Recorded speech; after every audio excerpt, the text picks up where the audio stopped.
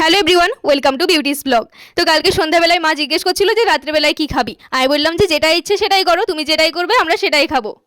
মা বললো তাহলে লুচি খাবি। আমি বললাম হ্যাঁ খাবো, সেটাই করো তাহলে। তো মা সেটারই বন্দোবস্ত করছিল। আর এরই মধ্যে দেখছি বাবা দোকান থেকে চলে এসছে আর 1 কিলো ছাতু নিয়ে এসছে। ছাতু তো আমাদের ভীষণ প্রিয়, যদিও দুপুরবেলায় হয়েছিল, কিন্তু বাবা রাত্রে আবার পেয়েছিল বলে আবার নিয়ে এসেছিল। তো মা আবার তালটাকে ছেড়ে আবার ওই ছাতু বানাতে বসেছে।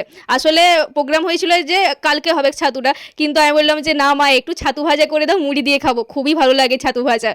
আর জানো তো, মাকে আমি যতই দেখি ততই মুগ্ধ হয়ে যাই। তার একটাই কারণ, সেই ছোট্টবেলা থেকে এখনো পর্যন্ত যদি মাকে কিছু করতে বলি মা কোনোদিন না করেনি। কিন্তু যদি শরীর খারাপ থাকে তখন সেক্ষেত্রে ব্যাপারটা আলাদা। এখন তো আমি বড় হয়েছি, মায়ের শরীর খারাপ হলে তখন আমি মাকে হেল্প করে দিই, বা কোনোদিন রান্নাটা আমিই করি। আর আমি তো এখনো পর্যন্ত মায়ের পিছনে পিছনে গুড় করতেই ভালোবাসি।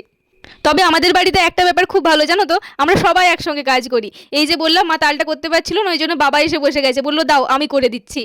কাজগুলো ভাগ করে নেওয়ার মধ্যে একটা আলাদাই আনন্দ থাকে।